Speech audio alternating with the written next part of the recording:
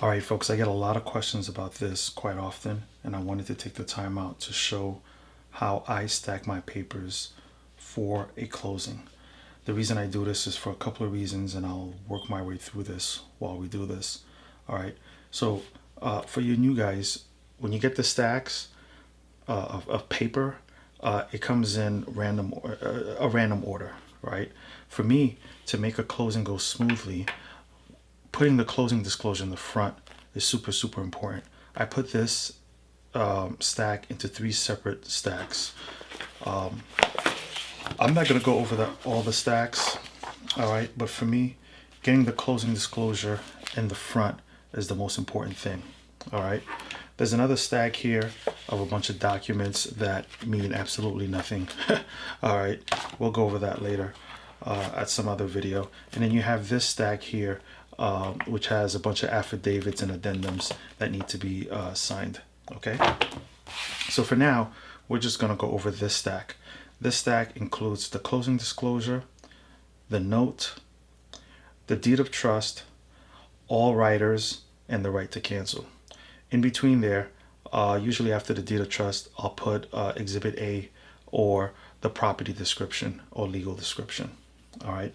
So the reason why I go over this first, I don't do the URLA. I don't do the U.S. Patriot Act. I don't do the ID stuff first. I do this first. All right. I ask for their IDs. I go in and I ask them one simple question: have you done a refi before? If the answer is yes, I'm like, great. This should take no more than 30 minutes. If the answer is no, I let them know it's way easier than when they're closed. It should take no longer than 30 minutes. Great. All right. Now, let's put ourselves in the situation of the lender, actually of the client for a little bit. They've been spending about 2 to 3 weeks working on this, or maybe 2 to 3 months working on this. They've had to give up W-2, taxes, a host of other documents from work history to wages to all the stuff it takes to get a loan, right?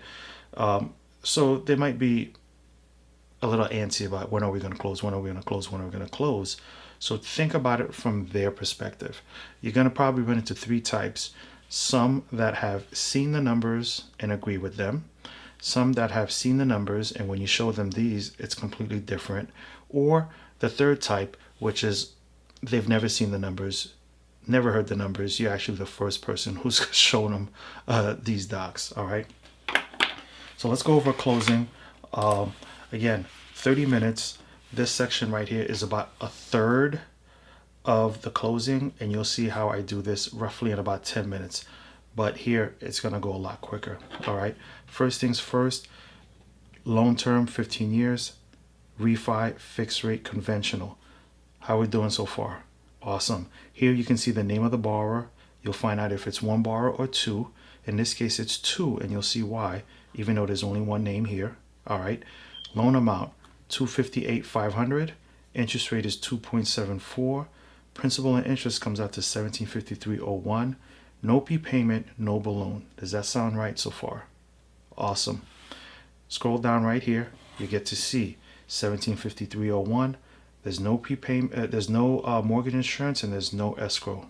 This couple decided not to do escrow, so that monthly payment is going to come out to $753.01. Again, this is what they care about. All right. You come down here. You see closing costs of $3791.32. And here you see $671.95 with a minus sign. So this is actually how much you're getting back, where it says cash to close. All right. Over here, all right, I always call this how did we get here? All right. There's the loan amount, the points, the origination fee, and a bunch of fees associated with the closing cost. All right. I randomly picked two here. I'll say you'll see attorney fees, you'll see lender title insurance fee, and a couple of other title binding commitment fees. But just so they don't get caught up in this number, I jump straight to here and I say, hey, this is what most people care about. Okay. Homeowners insurance collected X amount of months in advance, property taxes collected X amount in advance. You add all this up and you'll see our closing cost here of $37.91.32, which we saw on the first page. Does that number look familiar to you? And of course they're going to say yes. Awesome, great. Here we see what it looks like to calculate the cash to close. All right, we talked about this before. This is what your loan looked like when you probably first started, but this is where we are today. All right, and again, closing costs the cash to close is $671.95. Here you see the box is saying to borrow. This is how much they're getting back. Additional information about your loan. A couple of things about late payment, partial payments, and things like that. I don't spend too much time here. All right. Over here, I let them know if they have any questions. They want to talk to the lender after the closing. It's here, or the settlement agent. The number is here. Here, please sign just as you see your name below the line, including any middle initials, junior, the third, whatever, just as you see it right here, and date. Please take your time with the date, because if it looks wrong, they'll kick it back. For me, I'm asking them to write 2021 all the way out. Take your time with the date, all right? Oh, there's an addendum here. So initially we thought only the Mr. was on the loan, but here the Mrs. is on the loan. And then some of the other, I would say, payoffs include maybe a car payment, consolidation of maybe some school loans or some credit cards. But of course on the top, you'll see the previous lender who their home was with. So whatever name is here, they'll be familiar with it, all right? Over here, I usually say they like you so much, they'd like you to do this twice. I can guarantee you all these numbers are identical to what we saw here. I skip right to the last page. And again, I ask them to sign, take their time, and date. All right. In this case, both the Mr. and Mrs. are right here. They're both on the loan. Some other cases, you'll see the Mr. on the first set and the Mrs. on the second set.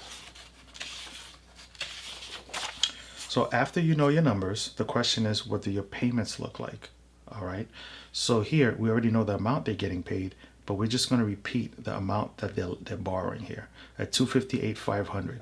Again, we already saw this number. Interest rate is 2.74. But what's important here is they want to know, when is my first payment? You know how much you're borrowing. You know how much you're paying. When is my first payment? When is my last payment? All right. And again, what's the monthly payment look like? This number here, keep in mind, does not include the escrow. It's just the principal and interest. Some companies require initials at the bottom here. Some do not. I usually do this sort of merry-go-round where I ask the husband or wife to sign first, pass it to their spouse. While they're handing this over, I'm already giving the next one. All right. We're going to do this merry-go-round thing. Before you know it, you get all the docs. Just remind them that despite the fact that they have a signature here, they still need to initial at the bottom right here. Okay. So after you know your closing disclosure and loan amount and terms, and you see the note to see the payment terms, this is the deed of trust. In other states, it might be called a mortgage. All right. This is saying that, you know what, husband and wife as borrower, joint tenants are going to own this property. And of course, the bank has an interest in this. They call it security instrument interest in this until they're paid off. All right. You see here, the title company is going to be the trustee. All right. Each of these will require a signature. We're going to do the whole merry-go-round thing. All right.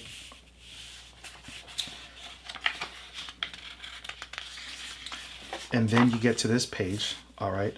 This is where you have to fill this information out and stamp. Now, just to be clear, all right, I fill all this out in advance. I sign and stamp in the presence of the principal. All right.